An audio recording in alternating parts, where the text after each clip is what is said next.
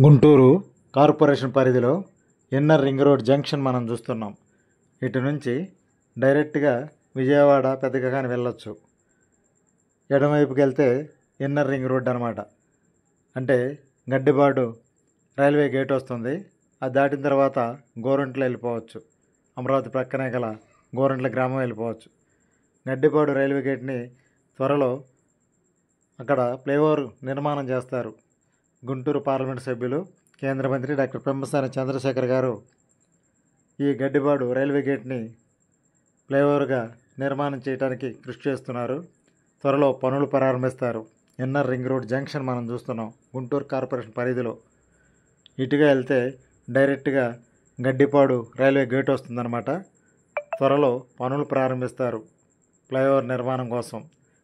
ఇది గుంటూరు ప్రజలకి ఎంతో ఉపయోగకరమైన